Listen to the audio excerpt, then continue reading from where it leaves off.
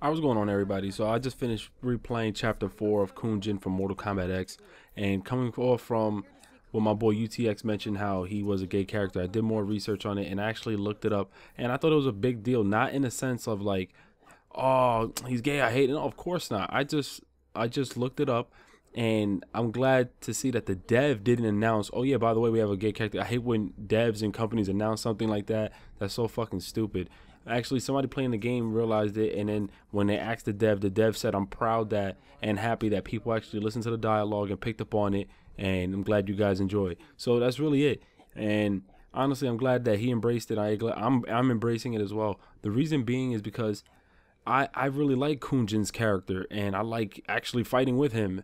And after the conversation in chapter 4, if you go back to it, or if you haven't got there yet, you have a conversation. It's a spoiler alert with Raiden, and basically Kunjin is stealing one of the trophy shrines from his ancestors. It's like all the old school Mortal Kombat fighters, and you see portraits and everything. He steals like the little trophy shrine, and Raiden catches him, and he's about to fight, and he fights Raiden. But then after the fight, Raiden says something, and Kunjin basically elaborates, and he goes, "Oh, so you did this on purpose. You wanted me to fight you. You wanted me to attack you." And then basically, instead of speaking Mortal Kombat, that's what I would say.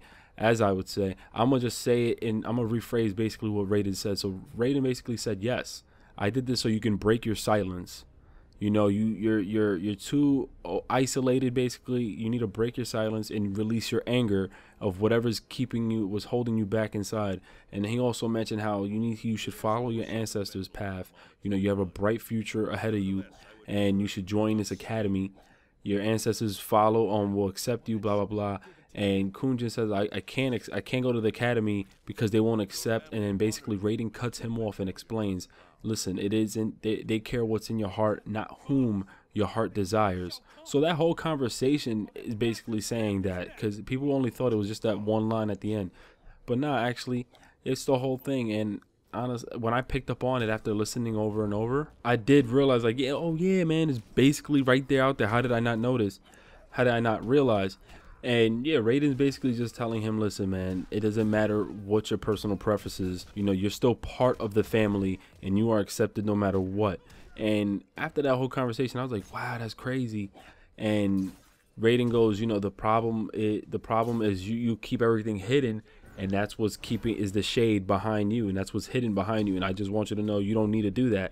So how do I feel about that? I think it's cool. I'm just really pissed that Mortal Kombat in the game didn't go in depth with his chapter, or as well as anyone else's chapter. The chapters were basically simple. You could do a couple of fights, there's a couple of cutscenes, like 3 4 fights, then cutscenes. Like, it wasn't that in depth. And if they would have went in depth with his chapter, this could have been huge for Mortal Kombat 10.